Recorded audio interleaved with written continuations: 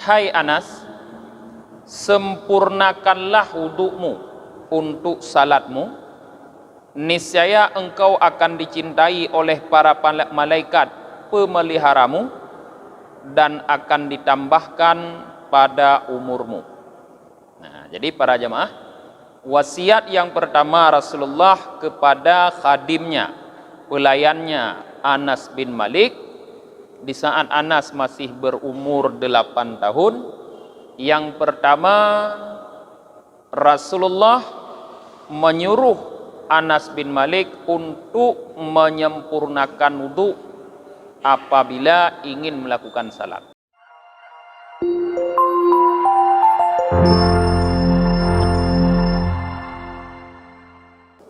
Bismillahirrahmanirrahim. Alhamdulillahi rabbil alamin, wa bihi nasta'inu ala umurid dunya waddin. Asyhadu an la ilaha illallah wahdahu la syarika lah, wa asyhadu anna Muhammadan abduhu wa rasuluhu la nabiyya ba'dah. Allahumma salli wa sallim wa barik ala sayyidina Muhammad wa ala alihi wa sahbihi ajma'in, amma ba'd.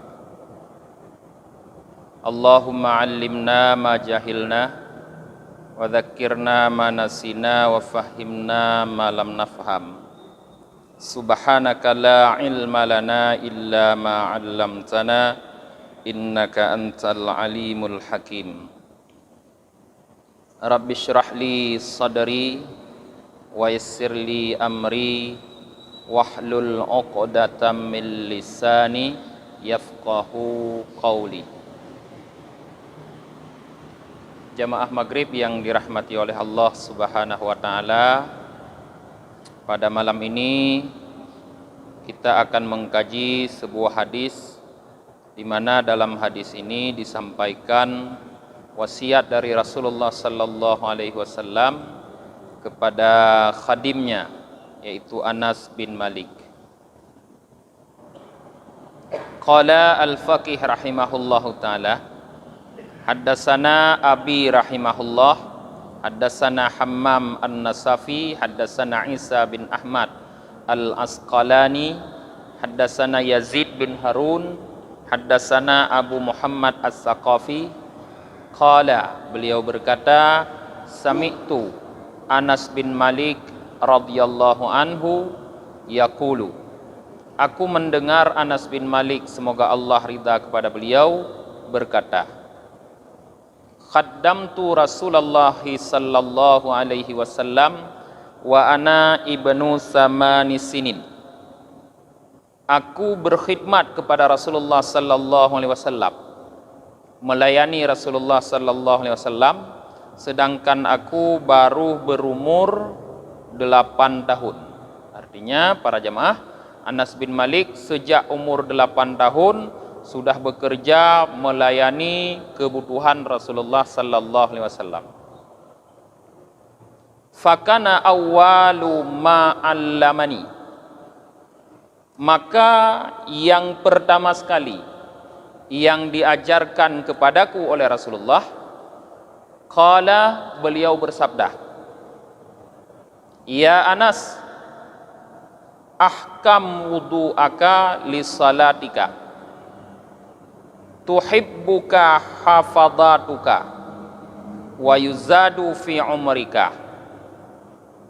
Hai Anas, sempurnakanlah wudukmu untuk salatmu, niscaya engkau akan dicintai oleh para malaikat pemeliharamu dan akan ditambahkan pada umurmu. Nah, jadi para jamaah, wasiat yang pertama Rasulullah kepada khadimnya, pelayannya Anas bin Malik di saat Anas masih berumur 8 tahun. Yang pertama, Rasulullah menyuruh Anas bin Malik untuk menyempurnakan wudu apabila ingin melakukan salat.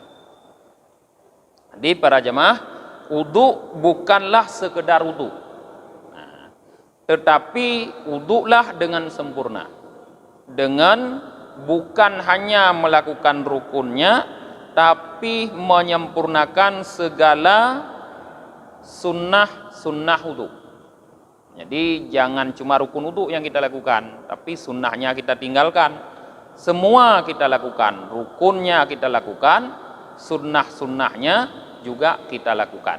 Nah, apabila kita menyempurnakan wudu untuk melakukan salat, maka kata Rasulullah, para malaikat pemelihara kita, malaikat hufadah, akan mencintai kita, ditambah bonus, ditambah umur kita. Nah, jadi dipanjangkan umur. Ya Anas, wasiat yang kedua, hai Anas, ightasil minal janabah wa balligh fiha, fa inna tahta kulli sya'ratin janabah. Hai Anas, mandilah kamu daripada janabah dan bersungguh-sungguhlah pada mandi janabah, karena sesungguhnya di bawah tiap-tiap helai bulu ada janabah, kata Rasulullah.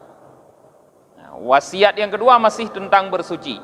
Kalau wasiat pertama bersuci daripada hadas kecil, wasiat yang kedua bersuci daripada hadas besar, yaitu mandi daripada janabah.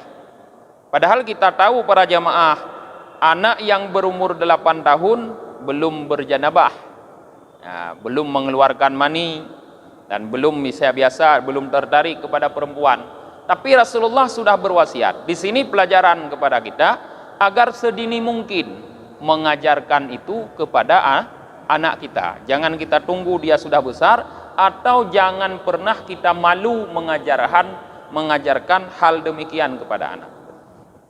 Jadi Rasulullah berwasiat kepada Anas bin Malik agar mandi janabah itu harus dilakukan dengan benar-benar.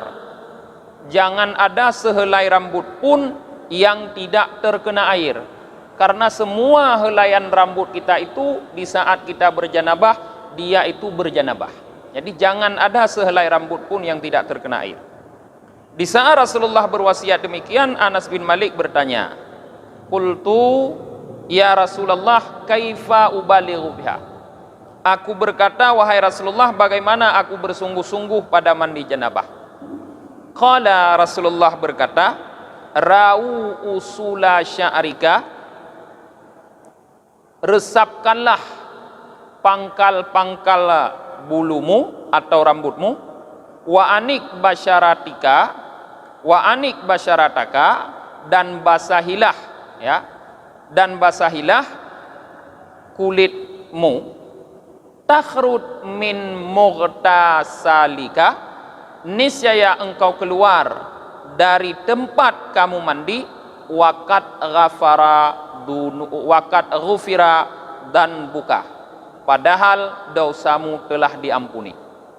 Jadi kata Rasulullah, cara bersungguh-sungguh mandi janabah yaitu seluruh pangkal bulu itu harus kena dengan air, harus diresapi oleh air, dan kulit kita dipastikan bersih daripada kotoran. Nah, apabila kita mandi demikian, kata Rasulullah, sempurna mandi janabah, bersungguh-sungguh dalam mandi janabah, maka di saat kita keluar dari tempat mandi, dipastikan seluruh dosa kita sudah diampuni oleh Allah Subhanahu wa taala. Jadi mandi janabah itu menjadi ibadah yang membuat dosa-dosa kita terampuni apabila kita lakukan dengan sungguh-sungguh. Ya Anas, kata Rasulullah, la yafurtunnaka raka'atad duha. Wasiat Rasulullah yang ketiga, hai Anas, jangan membuat luput akan engkau oleh 2 rakaat salat duha. Fa innaha salatul awwabin, karena sesungguhnya 2 rakaat duha itu adalah salat awwabin. Awwabin adalah orang-orang yang bertaubat, yang kembali kepada Allah.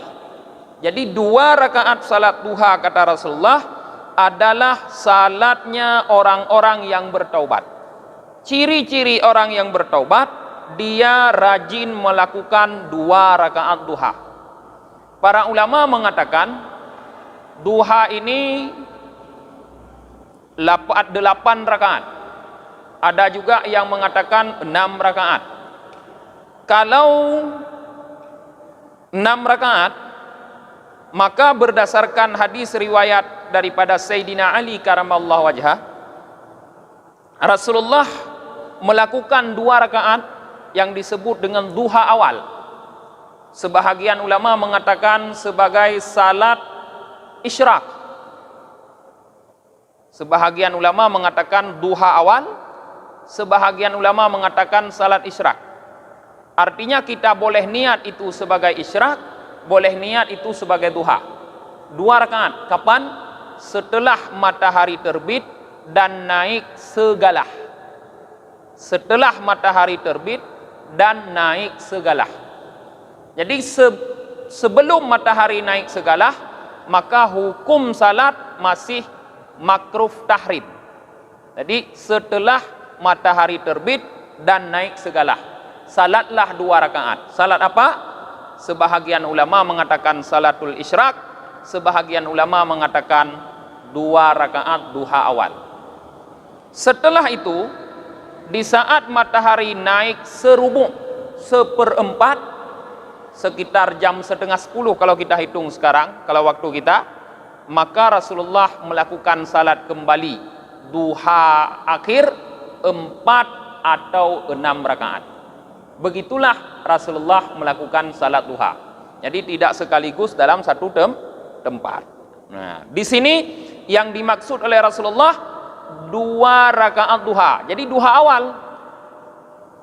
Rasulullah berwasiat kepada Anas bin Malik, jangan sampai kamu tidak melakukan 2 rakaat duha awal tersebut. Karena salat duha 2 rakaat di awal hari itu adalah salatnya orang-orang yang bertaubat. Kemudian wasiat Rasulullah yang selanjutnya, wa aksiris salata bil laili wan nahar fa innaka ma dumta fis salah fa innal malaikata yusalluna alaika. Perbanyaklah hai Anas salat di waktu malam dan siang, karena selama engkau dalam keadaan salat, maka para malaikat selalu berselawat untukmu. Jadi sebisa mungkin di waktu malam dan di waktu siang kita memperbanyak melakukan salat dengan berbagai macam salat. Kenapa? Karena di dalam kita salat itu para malaikat senantiasa berselawat untuk kita. Selawat malaikat untuk manusia maknanya adalah malaikat memohon ampun kepada Allah untuk dosa manusia tersebut. Jadi kalau kita diselawati oleh malaikat, maknanya para malaikat memohon ampun dosa kita kepada Allah. Selama kita salat, berarti terus para malaikat memohonkan ampunan dosa kita kepada Allah. Maka perbanyaklah salat kata Rasulullah. Ya Anas, wa idza qumta lis-salah fansib nafsaka lillahi ta'ala. Wasiat selanjutnya kata Rasulullah, hai Anas, apabila kamu berdiri untuk melakukan salat, fansib nafsaka, maka tegakkanlah dirimu lillahi ta'ala, untuk Allah ta'ala. Jadi kau berdiri untuk salat, yang pertama fisik kita harus benar-benar berdiri dengan tegak. Yang kedua, hati kita juga harus tegak lurus sebagaimana fisik. Jadi jangan tubuh di masjid tapi hati di luar masjid. Wa idza raka'ta faj'al rahataika ala rukbataika wa farrid baina asabi'ika warfa adudaika anjam baika. Apabila kamu rukuk kata Rasulullah, maka jadikanlah kedua telapak tanganmu ini, rahah ini bahasa Arab rahah, tepat berada di atas 2 lutut. Jadi 2 telapak tangan ini harus tepat berada di atas 2 lutut. Jangan di atas, jangan ke bawah. Karena ke atas atau ke bawah itu akan mempengaruhi posisi tulang belakang nanti. Kalau ke bawah, tulang belakang akan lebih turun sehingga kepala akan lebih rendah daripada pantat. Kalau ke atas lutut, akan membuat tulang belakang kita lebih naik sehingga kepala akan lebih tinggi daripada pantat. Padahal rukuk yang sempurna adalah kepala dan pantat itu sejajar. Tulang belakang dan tulang leher terlihat seperti selembar papan, lurus. Itulah rukuk yang sempurna. Maka caranya untuk membuat tulang belakang dan tulang leher sampai kepala lurus, yaitu dengan cara meletakkan rahah telapak tangan pas berada di atas lutut dengan menggenggamnya. Dan kata Rasulullah, wa farrij baina asabi'ika, renggangkanlah, kata Rasulullah, antara jari-jarimu. Jadi jari-jari ini direnggangkan di sana. Jangan seperti ini, tapi direnggangkan di saat rukuk. Warfa adudaika, dan angkatlah dua lenganmu. Nih, lengan ini diangkat menjauh an jambaika, dari dua lambungmu. Jadi ini untuk kita laki-laki, kalau salat pegang, ya, pegang dua lutut di saat rukuk, lalu ini digeser sedikit agar jauh dari lambung. Kalau perempuan dirapatkan dengan lambung. Inilah perbedaan laki-laki dan perempuan. Nah, jadi laki-laki direnggangkan sedikit, kalau perempuan dirapatkan. Tapi jangan terlalu renggang, nanti kena dada orang. Nah. Wa idza rafa'ta ra'saka, apabila ini setelah selesai rukuk, engkau mengangkat kepalamu, kata Rasulullah, fakum, maka berdirilah untuk i'tidal, hatta ya'uda kullu adwin, sehingga kembali setiap anggota ila makanihi, kepada tempatnya. Nah, jadi setelah kita rukuk, kita i'tidal, jangan buru-buru. Walaupun i'tidal itu dalam fikih bukan rukun panjang, tapi rukun pendek, bukan maksudin, bukan yang dimaksud. Yang dimaksud rukuk dan sujud, itu hanya pemisah antara rukuk dan sujud, tapi jangan terburu-buru i'tidal.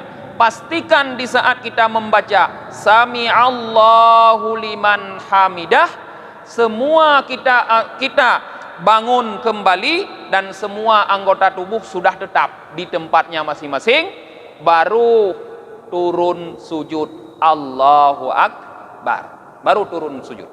Jadi kalau anggota tubuh belum tetap di tempatnya masing-masing, masih bergoyang-goyang, masih ke sini ke sana, jangan dulu turun.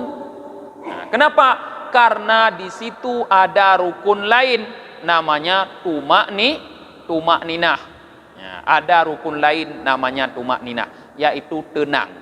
Jadi pastikan dulu seluruh anggota kita, apapun sudah tenang, sudah berada di tempatnya masing-masing, sudah ada tumakninah, baru turun Allahu Akbar untuk sujud. Wa idza sajadta, kata Rasulullah, apabila kamu rukuk hai Anas, falzik wajhaka bil ard, maka lengketkanlah wajahmu, ya, bil ardi, di bumi, artinya tempat sujud. Lengketkanlah wajahmu tempat sujud. Wajah yang dimaksud di sini menurut para fuqaha yaitu jabhah, dahi. Dahi lengketkanlah di tempat sujud tanpa terhalang dengan apapun. Jadi dalam mazhab Syafi'i, dahi ini tidak boleh tertutup dengan apapun, harus kena tempat sujud. Kalau tertutup, maka wajib tutupan itu dihilangkan, baru sujud. Nah. Wala tankiru nakaral ghurab, dan jangan kamu mematuk, kata Rasulullah, seperti patukan burung gagak, ghurab. Jadi jangan sujud itu tergesa-gesa, seperti burung mematuk, cepat sekali.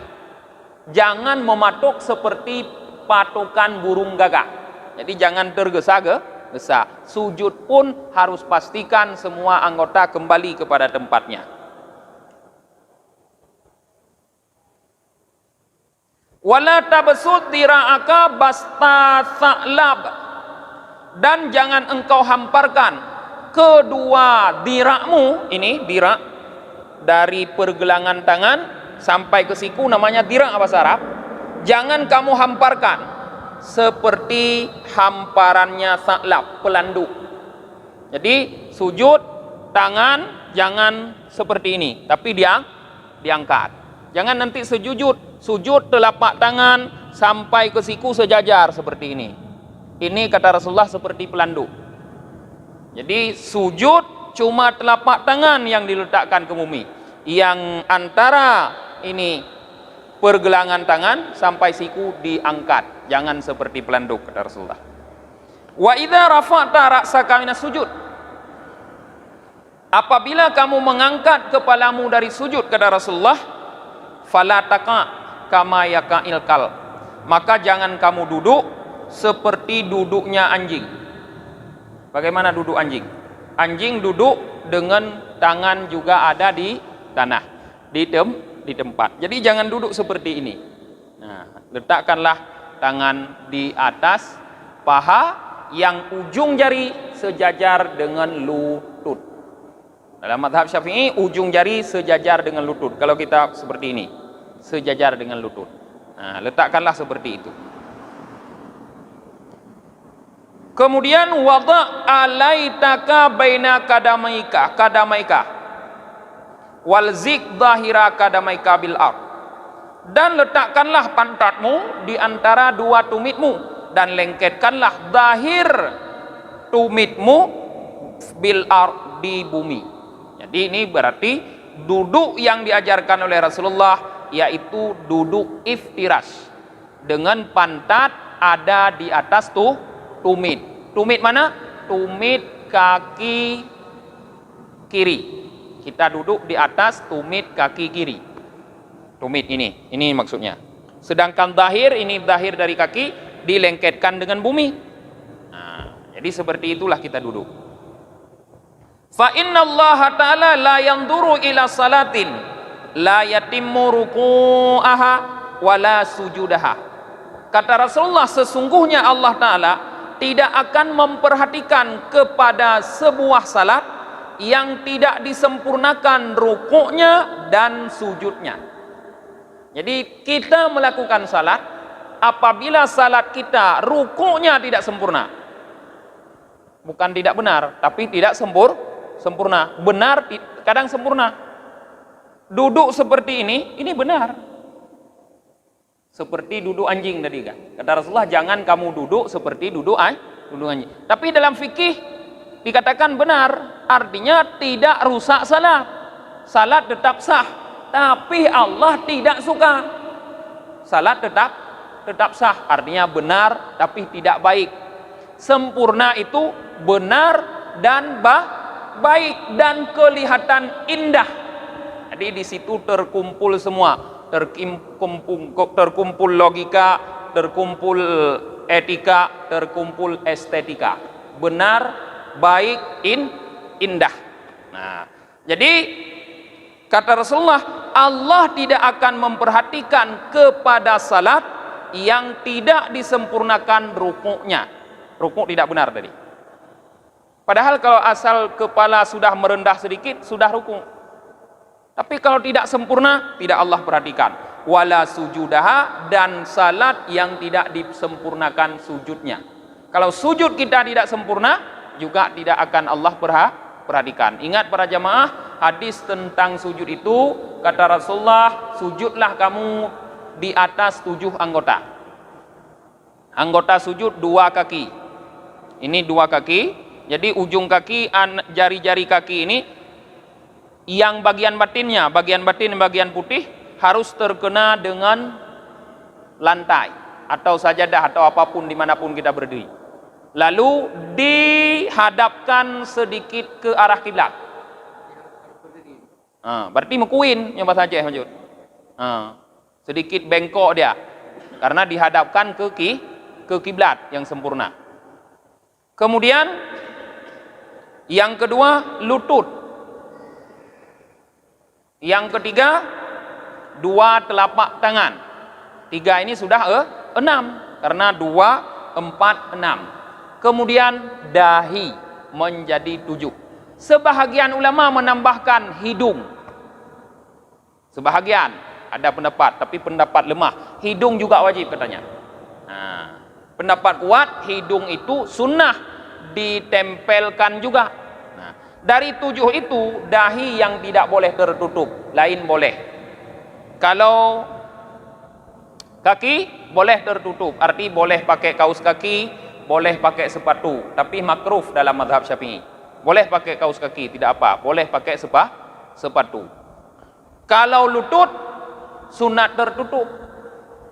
Artinya kalau tidak tertutup lutut boleh salat. Boleh bagi laki-laki. Kenapa?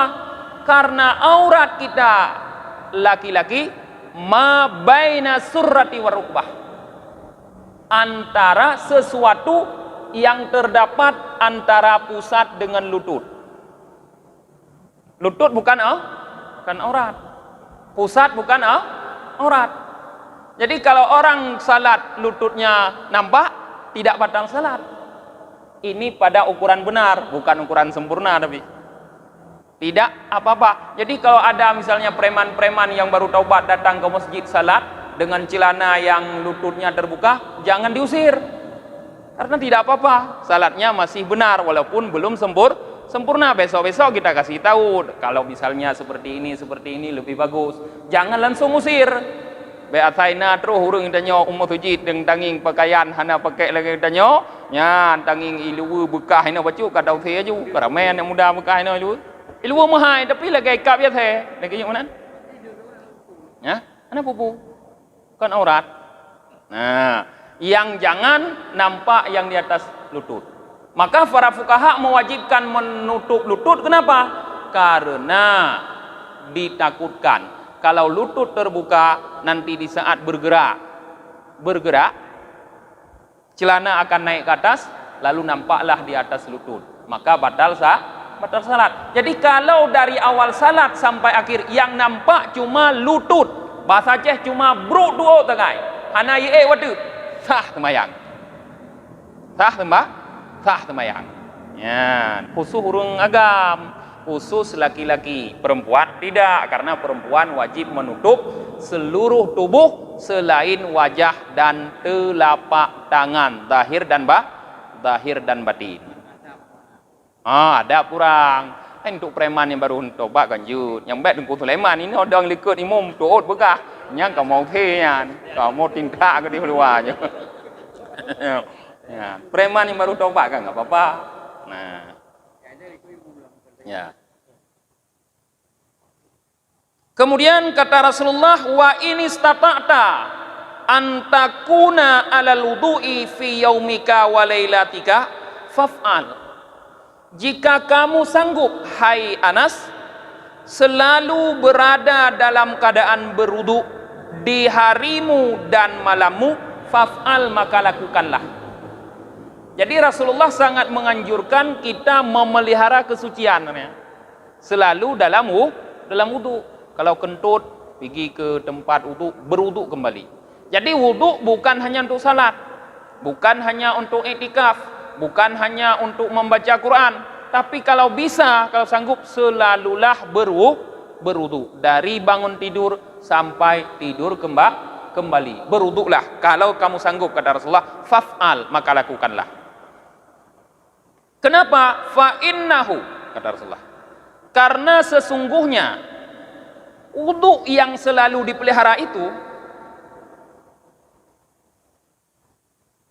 orang yang selalu memelihara wudu, iya'tikal maut, jika mendatangi akanmu oleh mati. Kita dalam keadaan selalu memelihara wudu, menjaga wudu, dalam keadaan ada wudu didatangi oleh mati, tiba ajal, terus malik maut. Ala dzalika, kata Rasulullah, wa anta ala dzalika, dan kamu dalam keadaan berwudu, lam yaftika syahadah, lam taftika syahadah, niscaya tidak akan luput akan engkau oleh syahadah. Jadi artinya orang yang dalam keadaan memelihara wudu didatangi oleh maut, pasti dia dapat mengucapkan kalimat syahadah, tidak akan luput. Artinya tidak akan lupa kita, tidak akan lupa kita terhadap kalimat syahadat. Pasti kita akan mengucapkan kalimat syahadat, kata Rasulullah. Ya Anas, idza dakhalta baitika fasallim. Hai Anas, wasiat Rasulullah yang selanjutnya, apabila kamu masuk ke rumahmu maka berilah salam, yakni ala ahli baitika, yaitu terhadap keluargamu. Taksir barakataka wa barakatuka wa barakatu baitika. Memberi salam kepada keluarga dapat, kata Rasulullah, memperbanyak keberkahanmu dan keberkahan rumahmu. Jadi pulang ke rumah selalu beri salam, membuat kita berkah dan rumah pun berkah. Wa idza kharajta li hajatin fala yaqunna basaraka ala ahadin min ahli qiblatika illa sallamta alaihi tadkhul halawatal iman fi qalbika. Apabila kamu keluar dari rumah untuk satu keperluan,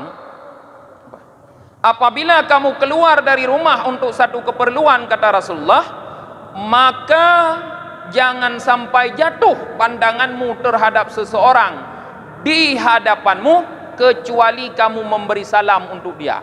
Ini Rasulullah mengajarkan kita, siapapun yang kita dapati beri salam, siapapun yang kita jumpai beri salam. Faedahnya apa? Tadkhul halawatul iman fi qalbika. Memberi salam kepada orang-orang yang kita jumpai dapat membuat rasa manisnya iman masuk meresap dalam hati kita. Nah, yang pegah kiban long hana kutu mangat iman lop nyoban cara rupanya. Sering-seringlah memberi salam dengan siapapun yang kita jumpai. Wa in asabta dzamban fi makhrajika raja'ta waqad ghufira lakah. Nah, dan jika kamu tertimpa satu dosa pada perjalananmu, niscaya engkau kembali padahal sungguh telah diampuni bagimu. Jadi faedah yang kedua memberi salam, kalau seandainya dalam perjalanan itu ada dosa, di saat kita pulang semua dosa sudah diampuni oleh Allah Subhanahu wa taala. Menyajino konto awak minta sedekah tu yang nabu salu. Lain panen ali. Awak minta sedekah orang yang mong bu salum. Assalamualaikum. Assalamualaikum. Tanya jino ana mu uli. Ana perlu ampun dosa. Ya. Ya Anas, la tabitanna lailata wa la tasbihna yauma. Hai Anas, jangan kamu tidur di waktu malam. La tabitanna lailata, dan tidak kamu bangun di waktu pagi. Jadi jangan terlalu kita panjang tidur malam sampai subuh tidak terbangun, kata Rasulullah. Wa fi qalbika, bukan seperti itu maksudnya. Ya Anas, la tabitanna lailata wa la tasbihna yauman wa fi qalbika ghishun li ahadim min ahlil Islam.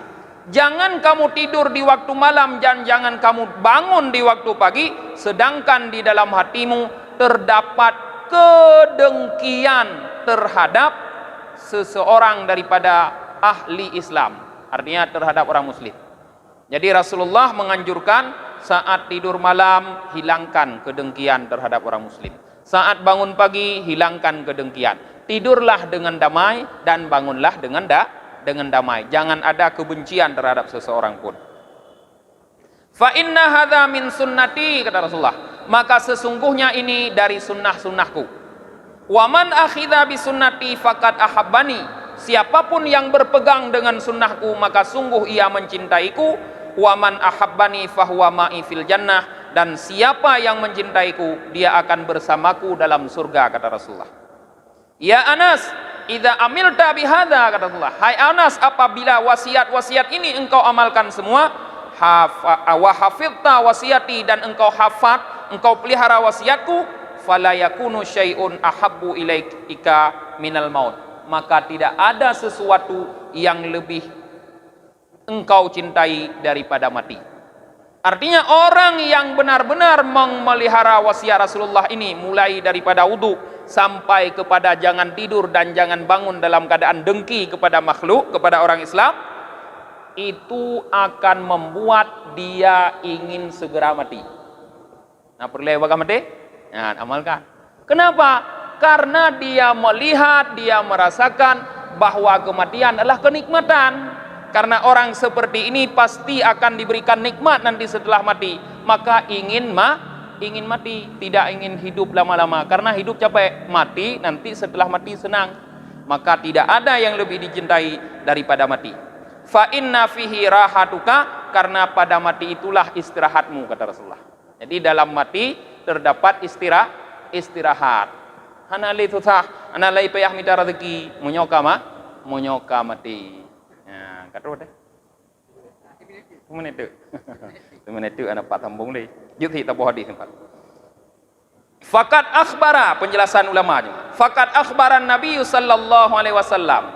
Maka para jamaah di sini Nabi sallallahu alaihi wasallam mengkhabarkan kepada kita anna ikhrajal ghish min qalbi min sunnatihi, bahwa mengeluarkan kedengkian dari dalam hati merupakan sunnah Nabi. Jadi menghilangkan rasa dengki terhadap muslim di dalam hati itu adalah sunnah Nabi.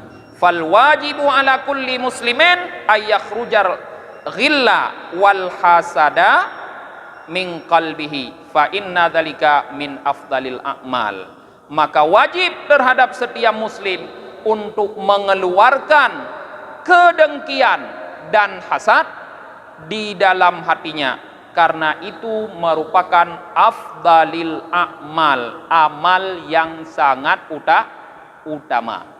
Buktinya insyaallah malam minggu depan akan kita baca bahwa tidak adanya dengki dalam hati merupakan amal utama yang membuat orang masuk dalam surga.